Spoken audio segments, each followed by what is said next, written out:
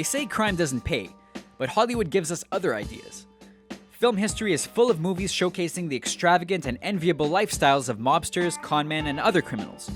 Here are Screen Rant's 5 criminals we want to live like. Henry Hill, Goodfellas. This film sports a killer opening sequence that instantly sells viewers on why Henry Hill always wanted to be a gangster. A glamorous life featuring tons of money, the family nature of the New York mob, and the utmost respect from peers, among other luxuries. There's no better way to be. It's true that the uglier side of the mob world comes to light in the movie's second half, but we'd be happy to take the FBI choppers and witness protection if it meant getting to live large with feeling of invulnerability for even a brief period of time. We don't want to go through our whole lives living like a schnook. Danny Ocean, Ocean's 11. Danny gets to live out fantasies we all have, like getting a group of friends together to rob casinos. Yes, he visits jail often, but a share of that jackpot is a nice thing to have, and makes those 3 to 6 month vacations bearable. In addition to being cool, intelligent, and sophisticated, Danny also has a heart of gold.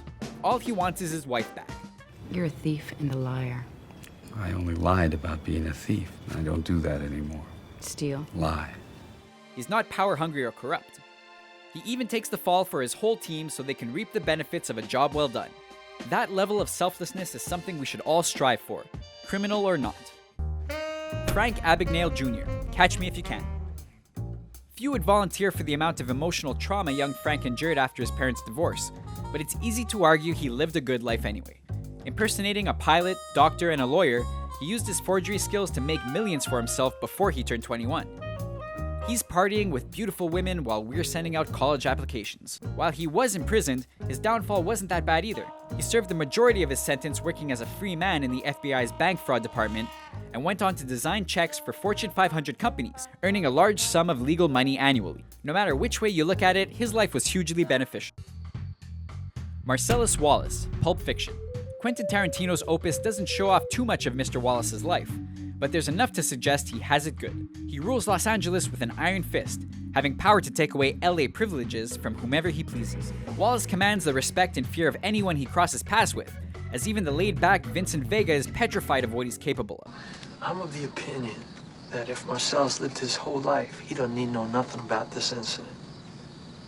That unfortunate pawn shop incident is nothing to sneer at, but with no traditional downfall depicted, and connections to the ultimate get-out-of-jail-free card in Winston Wolfe, Wallace could still be looking over the City of Angels without a care in the world today.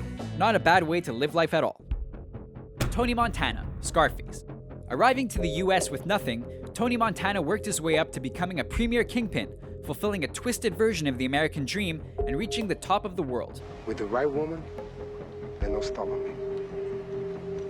I could go right to the top. Pushing it to the limit, he lives a life of fame and fortune by raking in copious amounts of cash, residing in a mansion, and even marrying the girl of his dreams. We certainly wouldn't pass that up.